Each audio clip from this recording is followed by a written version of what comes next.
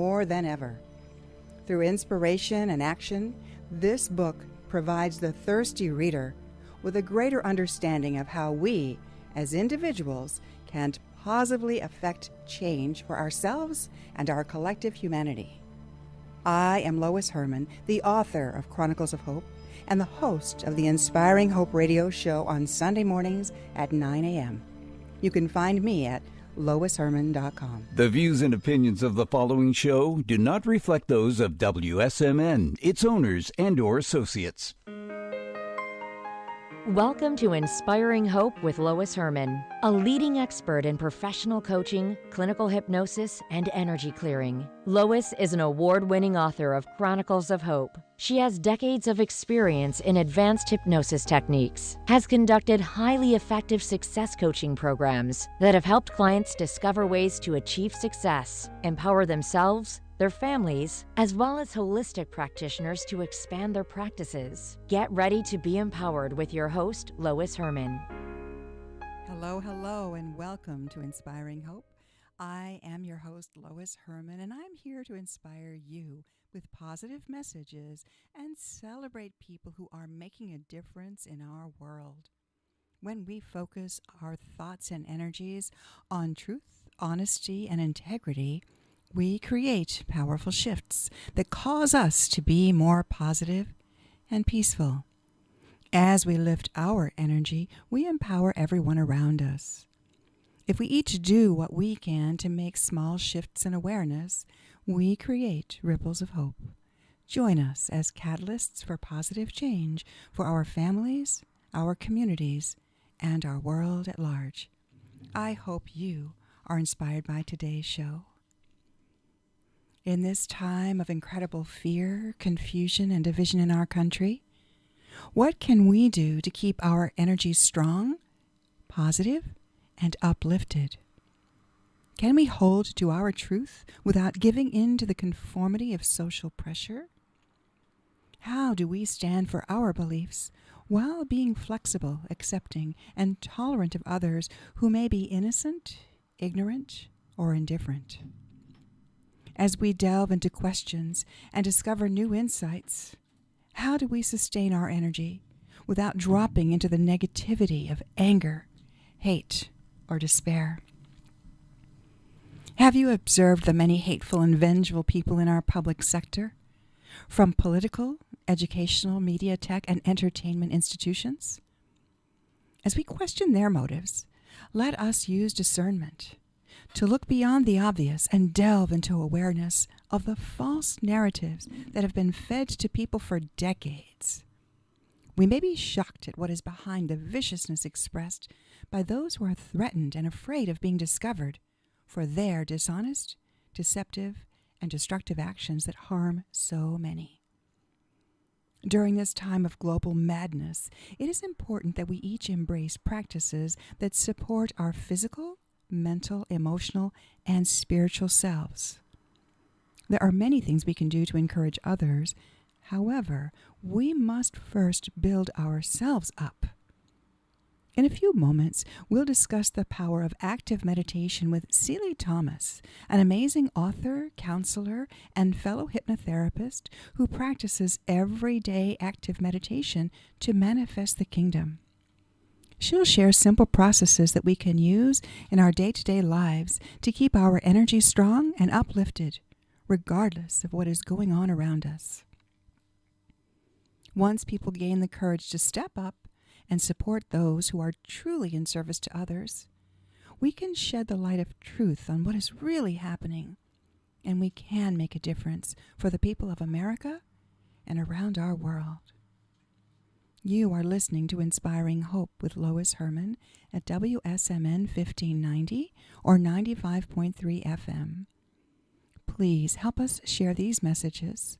Watch the videos on my YouTube channel or website, loisherman.com, and join our Hope community for support and inspiration at chroniclesofhope.net.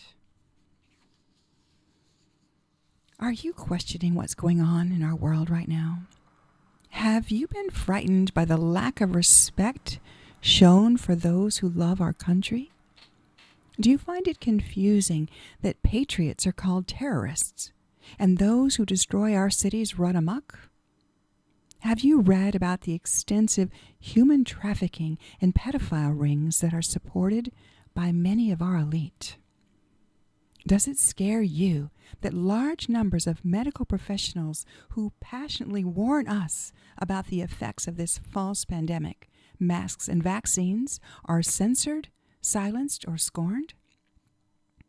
Does it bother you that the media misrepresents or suppresses information on COVID, masks, vaccines, election fraud, and corruption in our institutions? Are they basically propaganda machines intended to brainwash society into compliance? Do what you're told. No questions allowed. Do you realize that communistic takeovers start with inducing fear, blocking free speech, and controlling the narrative so people can only say what they're allowed to say, while anyone who disagrees is belittled, berated, and vilified? Those with the intelligence to ask questions are destroyed. Do you care that our children are watching, suffering, and being affected by the toxic world we're living in? They are resilient, yet some of the mental programming they receive via movies, music, and media is burned deep into their subconscious minds and will be difficult to undo. Meanwhile, the toxic chemicals they're exposed to in food, water, and the very air they breathe, and so much more, damage their strength and interfere with their spiritual connection to their wise mind, the essence of God. What can we do about this? We can get angry and name-call like others do, or we can come from a place of integrity to step up and speak out with honesty. There is so much evil in our world. We must stand for what we believe in before it's too late. Sitting back and waiting for someone else to do something is no longer an option. We must stand strong with others of like mind, yet avoid allowing intensely negative energy to affect our emotional bodies, which leads to increased stress and sickness. There are many techniques to sustain positive energy, and the attitude of gratitude is one of the most powerful. We are the creators of our own destiny. What we think, say, and do generates creative thought that is manifest by our intentions. Our thoughts are self-fulfilling. If we focus on negative fear-based or angry emotions, we create or magnetically draw more negative situations to us. If we choose to rise above negative situations by shifting our focus to positive thoughts, we lift our energy to maintain a positive outlook for ourselves and ultimately our world. Through the ages, religion, faith, and prayer played an important role in daily life. People connected with God in diverse ways based on their belief systems. While visiting mosques, temples, cathedrals, and sacred spaces around the world, I was fascinated by the similarities between worship methods and prayer offerings among diverse belief systems. All were focused on expressions of gratitude and requests for assistance, whatever country, language, or culture. In recent years, people have moved away from organized religion for different reasons. In so doing, many have lost sight of the importance in the power of prayer, of asking for assistance and expressing gratitude. With this wave of anti-religiosity, many have completely moved away from the concept of communicating with God, the energy of nature, or higher levels of consciousness. Some were raised devoid of awareness for anything greater than themselves. They refuse to acknowledge a mysterious God who is far away, separate from, and greater than themselves. Refusing to connect with something outside themselves, they fail to express gratitude for what they have. In fact, when you pray, understand you are really conversing through your wise mind, your higher self, the spiritual part of you, connects with the infinite or divine source of wisdom. And there are wise spiritual beings who are ever here to assist, yet will never interfere with our free will. When we ask for assistance, we open our hearts to receive their guidance. As we realize these infinitely wise beings want to assist and learn to trust our intuitive guidance, we feel comfortable asking for assistance on a regular basis. Jesus tells us that as our spirits mature, we learn the value of asking for guidance and being grateful for answers received. When we request assistance, guidance comes in a variety of ways from many sources, including our spiritual beings, our friends, messengers, even whispers from past over loved ones. When we ask from our hearts and believe in our minds, we receive answers in a myriad of unexpected and miraculous ways. Prayer can be as simple as appreciating a gesture, an emoji, a sunset, a rainbow, or the song of a bird. Life and everything in existence is seen and unseen. Everything is part of an intricate web of universal energy. We are not separate from, but rather part of the infinite. I am connected with you. You are connected with me. My energy and your energy, my spirit and your spirit are together. Truly, we are one energetic being. We are communal beings and thrive on being connected with one another and with higher sources of wisdom. Prayer should be an invitation to commune with helpful energies of our own choosing, relationships that are comforting, loving, and supporting, and above all, positive. As you define how you pray, you assist in your own spiritual awakening. This spiritual connection should invite you to feel and act on what resonates within yourself, whether going to church, praying on a mountaintop, meditating at the beach, or playing uplifting music.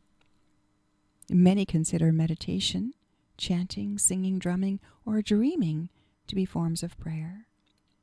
Whether you vocalize your thoughts out loud or have a quiet conversation in your mind, it need not be robotic or memorized. I have learned over the years to regularly ask my guides, believe they are always here as friends, and receive their assistance with deep gratitude. With continuous practice, I now ask, listen, trust, and respond. Empowerment comes with knowing the unseen angelic realm truly does the work. Our job is to ask. How do we open minds to this expanded awareness? Gaia, the spirit of our earth, was most concerned about the indifference from those who are thoughtless and self-serving. She tells us the lack of care or respect for our planet will be our own undoing. Wondering if the devastation of Earth would come through nuclear war or another catastrophe, we were surprised to discover that our own neglect could cause extreme damage in a relatively short period of time. The fact that many people are not even worried about the future for their own children is cause for alarm. This self-serving attitude contributes to separation, greed, and destruction. When humans learn to respect our Mother Earth, are grateful for all we are given, and ask for guidance, we raise our vibrational energy and will shift humanity to the positive. Our children must be taught the valuable connection to all things of nature. They must learn to explore with expanded curiosity and experience the incredible beauty around them with gratitude. When we feel that what we do matters, we come from a place of service, of asking, what can I do to help? The teachings in the Chronicles of Hope provide powerful resources for everyone who is sensitive to the darkness in our world. These wise guides share guidance on how to shift our energy for those on a quest to help humankind as our planet evolves. I am grateful there are others around the world who share similar messages that we may support one another at this very challenging time. Many people are doing beneficial things to bring about positive change in their own way. Our wish is to help humanity bring peace to itself. As we each contribute what we can, we will make a difference in the lives of others and our precious planet.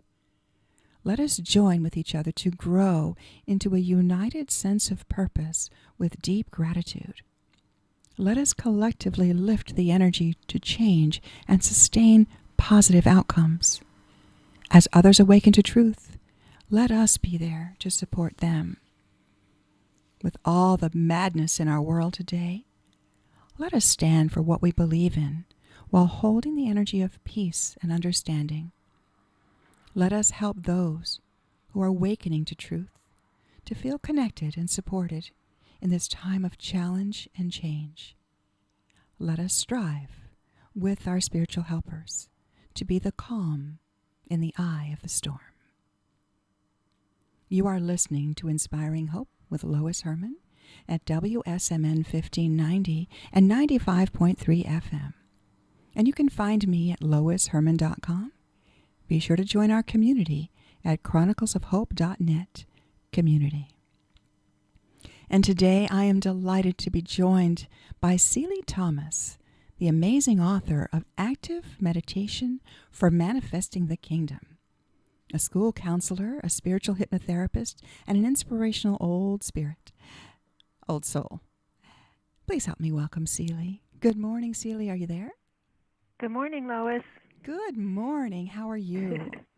I am great, and what a beautiful monologue you just did. Beautiful. Thank you. Thank you. You inspired me with your book, and that's this most of what I do in my monologues it comes from the Chronicles of Hope, and these are the messages that are given in the book, and I'm giving them out freely through this radio show, and it dovetails in with what the message that you're given. That's what I love, is on this journey I keep meeting these amazing people who have very, very similar messages. So yes, it's wonderful.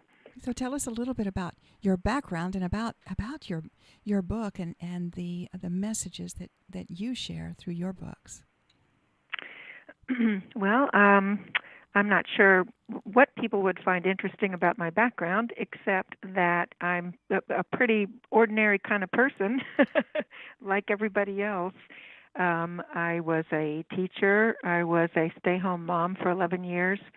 I was a school counselor, elementary school counselor. Left that to open a tropical cafe. My life has pretty much revolved around kids, my own kids, other people's kids. My heart is with the children. And so I left the cafe. During the time that I owned the cafe, I became certified in hypnotherapy as a basic clinical hypnotherapist, then a master level hypnotherapist, and then a life between lives hypnotherapist. And I also did some training of other people, and that's just the most beautiful experience, because you get to observe other people's own growth and evolution as they learn to tap into their own inner wisdom. And so now I have a little practice here in my town with another former school counselor. I'm a certified success coach and hypnotherapist, and he is a counselor. And so, we just try to do what we can to help people clear out their negativity and find their own inner power. And what inspired my book was that during the time of transition between being a full-time stay-home mother and trying to figure out what I might want to do once my kids were all in school, I was just juggling a lot of ideas, and my kids were pretty little, and so in order to have some clarity of thought, I used to go for walks. I had about a 2-mile track around in my neighborhood, my old neighborhood, where I could just walk and think and open myself to guidance. And over time, I discovered that it had naturally fallen into 4 parts. And that's what my book is based on, because once I realized there were 4 identifiable parts to my search for guidance, I thought maybe it would help other people to know how simple it is to clear out our mental chatter and really be open to divine love and light and guidance. So that's how my book evolved. So that's fascinating. And again, I want to get into more about your passion for the children, because that's a huge passion of mine and others on my team right now. Yeah. I'd love for you to explain about the 4 parts, though. We're gonna come back to the children in a minute, but I'd love to hear, if you will, please, to talk about the 4 parts. Sure, and I'll tell you, I'll go from back to front. What inspired me to put it in writing was one day at Mass when we were saying the Lord's Prayer, which we've said for, ever, chanting it and not really paying attention to the words. And I realized that it incorporated all 4 parts of what I was doing. And that's why I decided to put it in writing and hopefully help others. So part 1, when I was walking, I didn't want to just start walking and say, help me, help me, help me, without some kind of a polite connection with Jesus, who I consider my own divine master, and I consider the Holy Spirit to be any angels and spirit guides who have my highest interest at heart and are there to help me if I ask. And so I started out with gratitude. Just, thank you so much for being there. Thank you for everything I can think of. Things we take for granted. Thank you for this brand new day. Thank you that I can be out here walking. Thank you for my senses, my family, my food, my shelter, just things, everyday things. And pretty soon it evolves into higher level things. Thank you for your presence, your keeping your promise to be with us always. Thank you for, until you run out. And then once I finish all of my gratitudes and praise, I go into what I call petition, which is the part where now I say, please help me with this, please bless this person, please bless the planet, certain current events, certain events with specific people that are struggling, to a global level. Please bless our planet, bless our world leaders. I don't say shine your light. I say please blast your light into the darkness, wherever it may be. Please let truth and justice come to the surface. And then I go through all of the things that I'm seeking help for. Then part 3 is what I call affirmation and visualization. Can I pause you? I'd like to chat about that just for a moment before we go into the affirmations. Okay. So the first part is gratitude, and if we start every day with gratitude, and also starting our petitions, if you will, or our meditation, our thoughts with gratitude, because it sets the tone. It actually physically shifts your energy when you're in the energy of gratitude. Absolutely. So starting with the gratitude, which I think is brilliant, and then is the asking, which is one of the most powerful things that came through the whole series with the wise ones in the Chronicles, was to ask. They trained me to ask, and that's what they keep telling everyone. You must ask. We can't interfere with free will. And so many times we have been shamed into not asking for ourselves. And that's sad, because as we ask for ourselves, it expands our ability to help and be of service to others. So as we ask for ourselves and then we start asking for others, then that energy is a powerful energy exchange. So the first one is gratitude. The second is, you call it petition or asking. And that's very powerful. That's truly a foundation, because if people don't ask, they don't get. They must ask. That's right. And and I even say in here, by the way, I'd like to also say, although my book is written in very, fundamental Judeo-Christian imagery and terminology. The process really applies to any kind of a faith belief. I loved in your opening how you talked about that, the different belief systems, and how we're all pretty much striving for the same thing, you know, for peace and love and reunion with Source and helping others. And so this process that is very simple doesn't necessarily have to be only for people of Judeo-Christian background. But what I'd like to say, to follow up on what you just said, at the beginning of my second chapter on petition, I say, if you don't mind me reading a couple of sentences here, with our newfound appreciation for the immensity and glory of all creation, how can we possibly approach the almighty craftsman with our petty trials and tribulations? What you were just saying, we don't feel worthy to ask, you know, especially those of us who were raised in a traditional Christian household where, you know, you feel guilty if you think of yourself. Right. and yet, who else is going to take care of our body, mind, and spirit if it's not us? Yes. Right, right. So I say one of the pitfalls of doing praise and gratitude first is that we feel like we're guilty. We feel guilty and unworthy for asking for anything, and that's not scripturally accurate because all through the Bible, Old and New Testaments, they say ask, ask, ask, ask. And so what I said here is that when we trivialize the issues that cause our own pain and inner conflict, we ultimately create imbalance in our own lives, and it makes us less receptive to the blessings that really are ours. And so, like you just said, it's very important for us to believe that we deserve to ask. We deserve to be blessed. We are blessed. I've had a problem always with the concept that we are guilty and unworthy and, you know, steeped in so much sin that we don't even deserve the air we breathe, you know. And if you're a Christian, that's kind of blasphemous because then that means Jesus wasted his time. Right. You know, because he said this, you know, he had no intention of us truly worshiping him. He did not want to be put on a pedestal. We followed him because he was an amazing charismatic leader and had such amazing wisdom. And yet what his words, if you really look at his words, he said, you can do this too. He was encouraging us to do what he was doing. He was setting an example. Things. You're exactly right. And greater. Although he's a hard act to follow.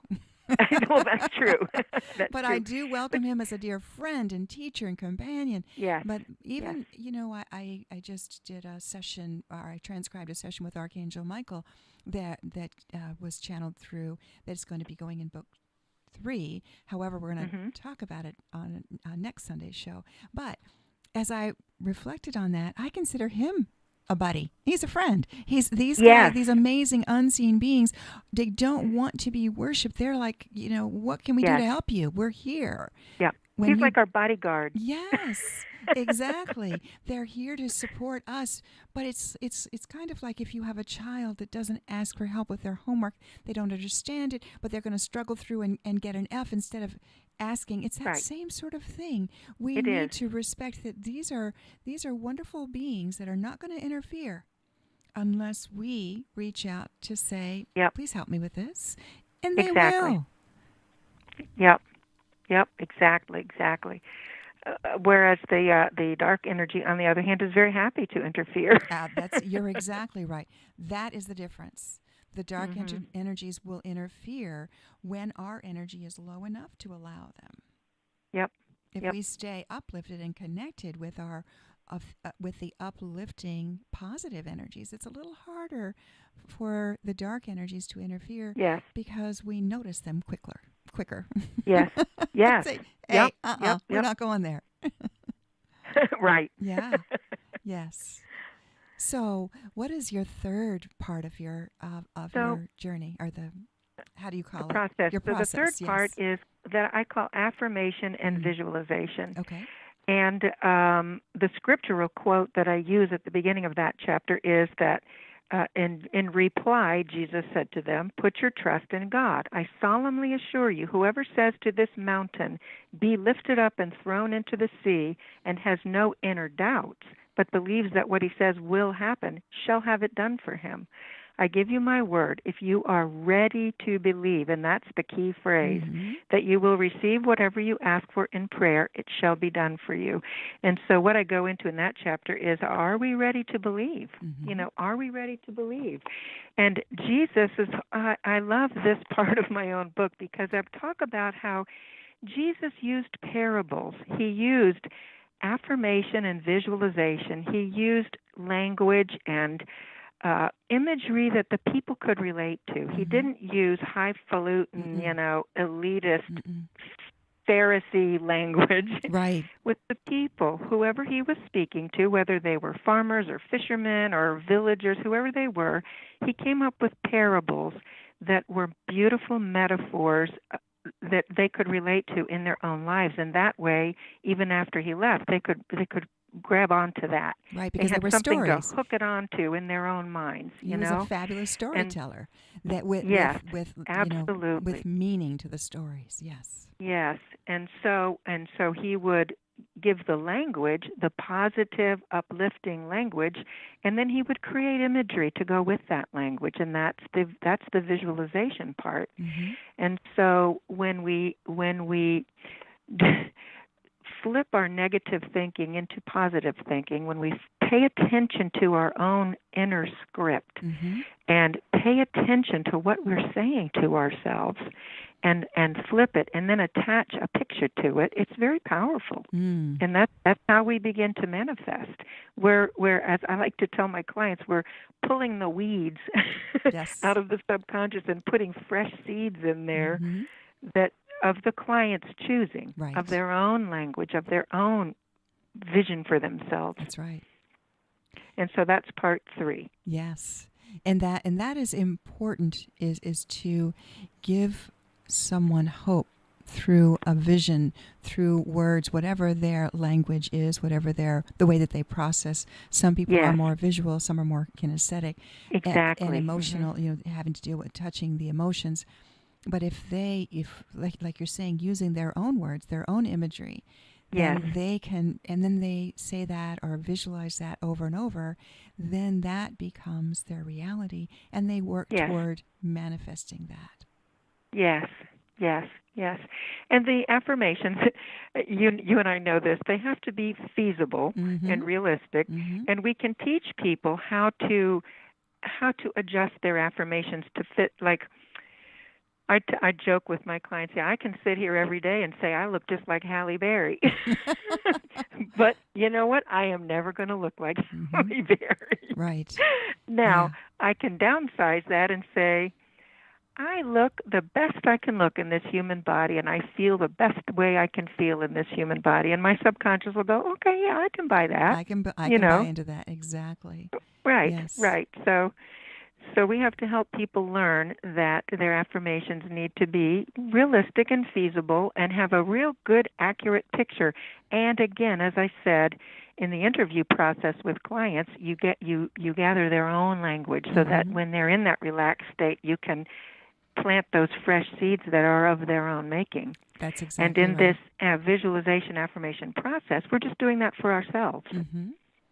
And it's interesting how many times people repeat the negative, and when we say something over and over and over, whether it's true or not, our subconscious mind accepts it as truth. Absolutely. And when clients will come in and they'll say, "Oh, it was a horrible week. I did this and I did that," and I'll say, "Okay, now what did you do well?" And when you flip the script, and they'll talk about, "Oh, well, most of the time I did this, this, and this. It was just that one day." But that's what sticks in our minds. Unfortunately, the negative has that power to just really play louder and stronger. And what we need to do is acknowledge it and say, okay, I had a little hiccup there. It's all right. Instead of it being the looming big monster, we minimize that down into the mouse and say, okay, well, what can I learn from it? Now let's move on and look at all the wonderful things we've done. And it's part of like you said, flipping the script, flipping the mind talk, the narrative that we're playing in our own minds. Yes. And so often, Lois, those scripts, we don't even know where they came from. there might have been a sentence that a great aunt said when we were 2. Yeah. You know, there might have been something a teacher said that got embedded in there, and it's not even of our own making a lot of times. And so that's why it's important to just identify that self-talk and go, well, I don't even know where that came from. And do I want to perpetuate it? Does this ring true to me today? Exactly. Or do I choose, right. because this is the whole free will, I choose to say, well, maybe that used to be me. But in this day, I am choosing a new thought. I am actively choosing to reprogram my mind with success thoughts, with positive thoughts. Yes. And unfortunately, and I do say this in my book, unfortunately, and you address this in your opening, our media, our entertainment industry, our, social media are full of repetitive negative language. Yes. Just relentless, almost bludgeoning people's subconscious minds with negative imagery, negative language, fear, doubt, self-loathing, and so people don't even realize that it's a very subconscious process. It's a very subliminal process, and that's why it's important to be mindful. And that's the word I wanted to bring in when I talk about active meditation. It's really just mindfulness. It's really just being conscious and mindful of our blessings, of our needs, of the images and language that we want going on in our own minds, and being aware of when we are being battered with negative stuff that doesn't belong to us. And Celie, you're exactly right. Part of mindfulness is being mindful when we are being programmed by something dark or sinister or negative. So many people just accept it as truth, and they're all about, we're just going to, it's all about positive mindfulness. But mindfulness is just having a heightened awareness, embracing the positive and deflecting the negative, calling it for what it is and saying, no, I am not going to allow that into my world. Yes, just recognizing it. Yes. And that's unfortunately what's happening right now, because there are in our world, and it's not just now, it's been going on for a long time. Many of us who are being are awake and aware of it we now see it. It's like, oh my gosh, even I was blind to it for so long, and now I'm with eyes to see. And once you start seeing it, you can't not see it. That's right. Boy, that's perfectly stated. Thank you. Once you see it, you can't not see it. It's so true. And it's often packaged in lovely language and alleged good intentions, and you're stupid if you don't believe this, and once you start seeing through it, it's like, wow, that's not true. That does not ring true. Exactly. So we've got to shift the energy. 4? We've got the effort. So we have gratitude. Yeah. We have asking. We have affirming, that basically affirming that what we're asking for is possible. So part of the asking is that worthiness, is feeling that we can ask, and then seeing that the other part is the affirmations, is that this can happen, that this will happen, that I'm visualizing this, I'm experiencing it, because in the act of experiencing it, it makes it more manifest. So what is number 4? Yes. Number 4 is really important. It's listening. Now that seems really simple, doesn't it? Well, of course we're listening. But here's the verse that I used for this. It's from Proverbs. My son, to my wisdom be attentive. To my knowledge incline your ear, that discretion may watch over you and understanding may guard you. And what I say in that chapter is, okay, so a lot of us are good about being grateful. We're also good about asking for help. Then we do our affirmations, and then we turn off the channel, and we don't listen. And by listening, I don't just mean listening with our ears. I mean being receptive to the answers, because the answers, as you know, and you addressed this a little bit in your opening too, the answers come in many, many ways, shapes, and forms, and sometimes they're funny. Yes, and spontaneous. Yes. Yes. Sometimes it's something in print, sometimes it's something somebody says, sometimes it's all of a sudden you're listening to the radio in your car, you're not paying attention, all of a sudden a line jumps out at you and you go, oh, I guess I'm supposed to pay attention. We are answered in so many ways. And when we have gotten ourselves into that mindful state, then we can tell what is true guidance from beyond and what's just our ego. You know, you really can begin to discern clear guidance once you've done those first three parts. And so I love this part, looking for the signs and wonders. I'm buckling up now, and I'm going to see what you got to say about this. Exactly. And that's a lot of people pray, and their concept of praying is outwardly just pushing it out there.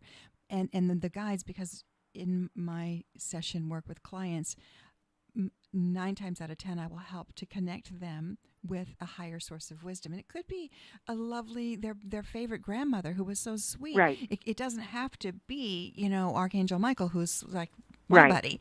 But he often is. But what these guides say is we're always here. You are just your minds are too busy to hear what we're trying to say. Exactly. So when you slow it down, when you are open to true active listening, then you can appreciate them.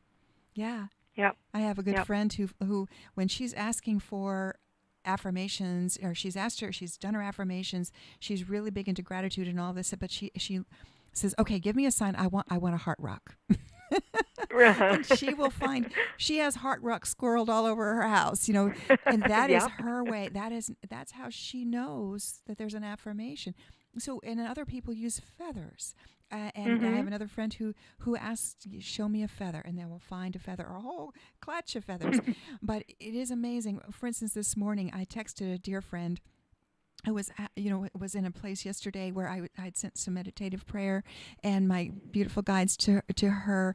And I just responded with, just hit a couple of little emojis in our dialogue on text. And the little dog with the vest came. Just appeared. I didn't touch it. I didn't send that emoji. And she said, oh my God, my dog is sitting on my lap. My dog is here, but for the grace of God. So, and dog spelled backwards or God spelled backwards is dog, whichever way you look at it. But you know what? That was, to me, I call them God winks. Watch for those little, simple, silly gifts from Spirit. And they come in so many different ways. And when you acknowledge them, that shifts your energy, lifts your energy, and it's sort of like a little joy burst.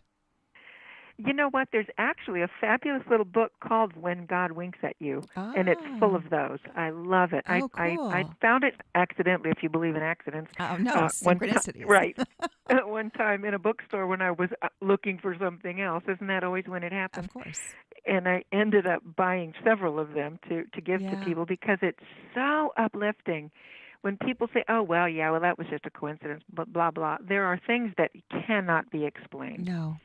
There are divine interventions that absolutely cannot be explained in natural terms.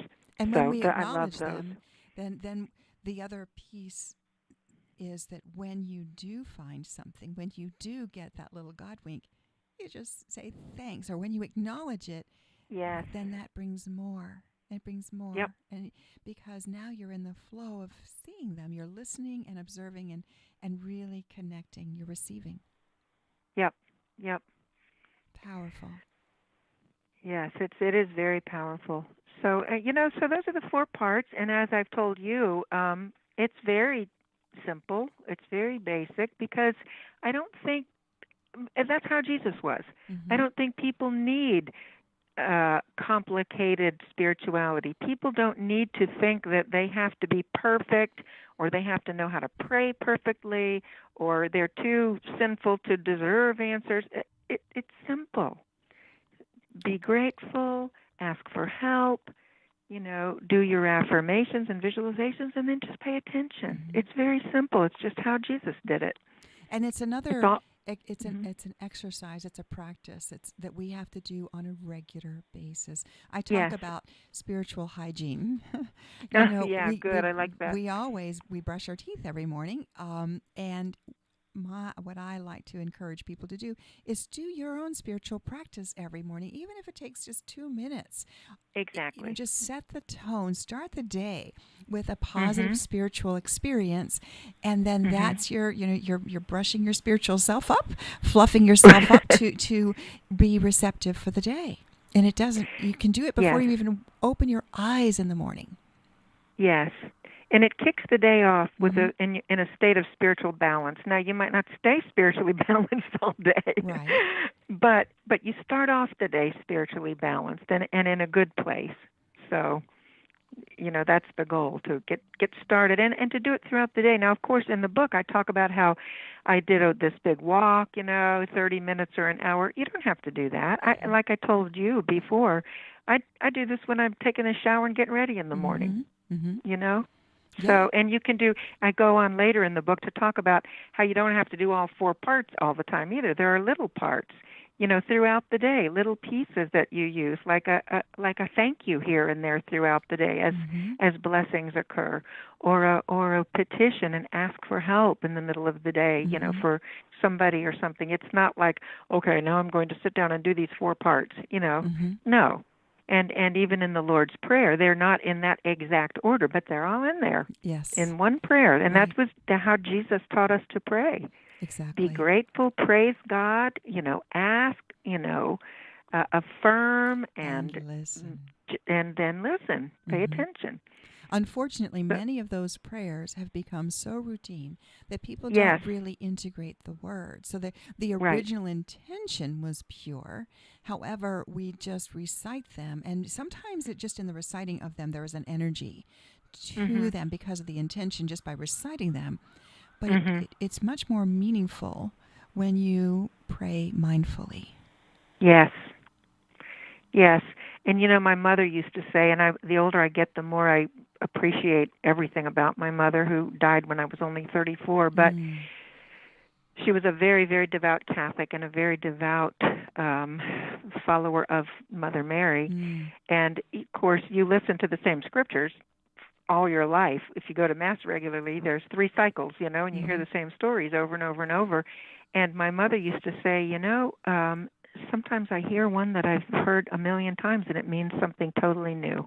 Absolutely. And totally different. And when we're mindful like that happens all the time. You hear something that you've heard before, and you go, "Oh, wait a minute! I didn't ever think of it that way." Exactly. That many people who are embracing the Chronicles of Hope series are saying the same thing. Even myself, we have a group that meets, and thank you, you were on our group call the other night, and as I was going through some of the questions or the points in the Samael session, I'm like, oh my God, that makes sense now. Different than it did when I first wrote, I experienced it, wrote it, all of that. I've been through it so many times, and yet it keeps having a different meaning based on where I'm at, where the planet is.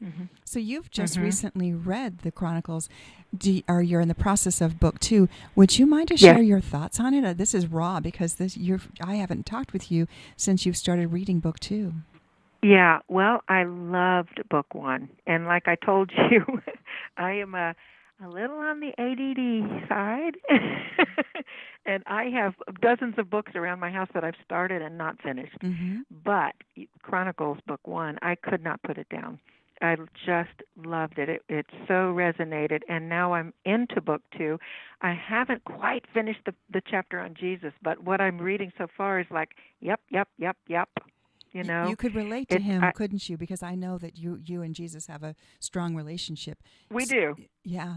So in that session, he was so real.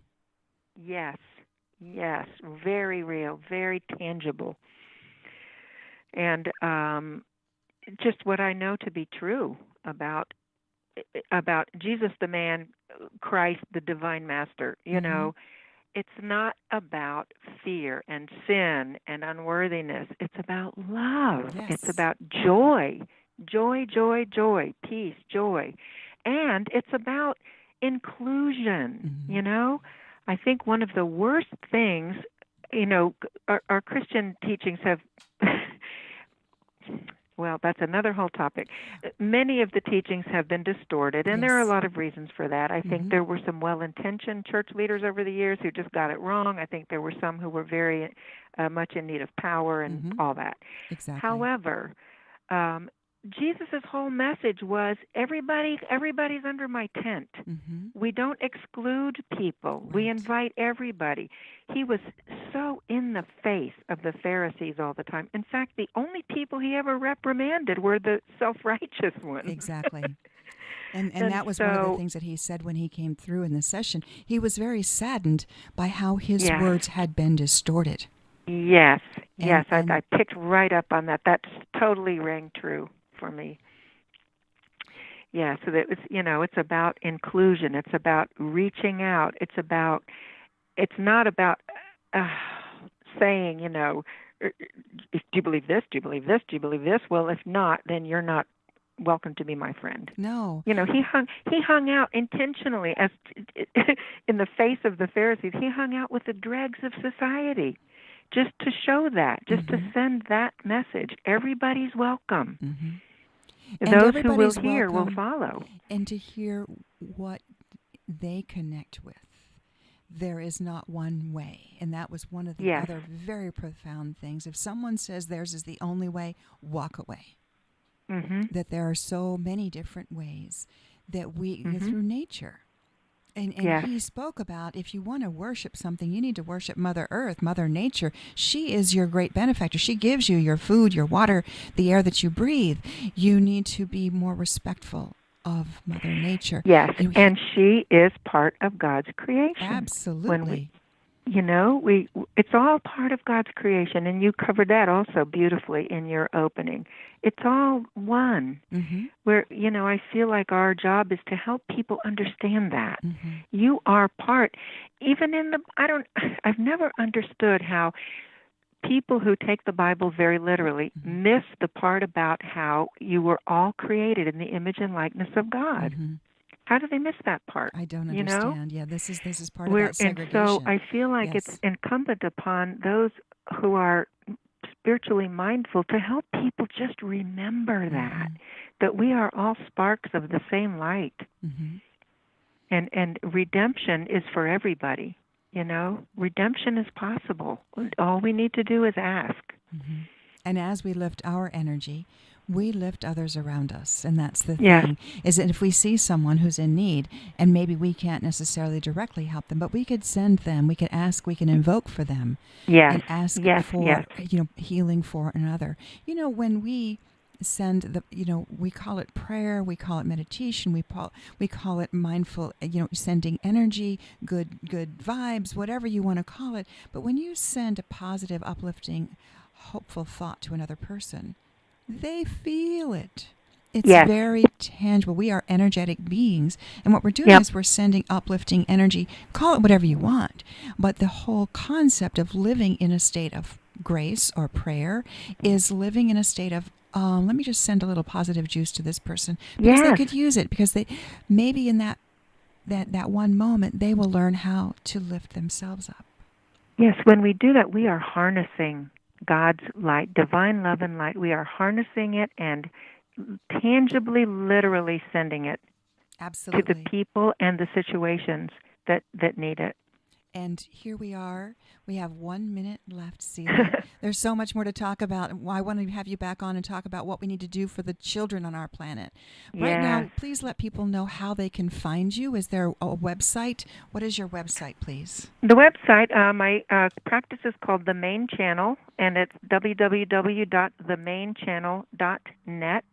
Now, that's not an interactive website, but it does give you the background of myself and my partner and on ways that you can contact us. Wonderful. And do you have a favorite quote off the top of your head? Just one last thought. I know you asked me this before. There's just so many.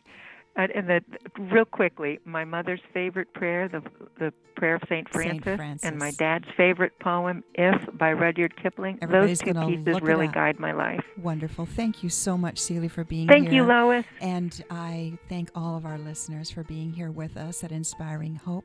I'll see you next Sunday. Meanwhile, look up, stay positive, and be the light in someone's day. God bless.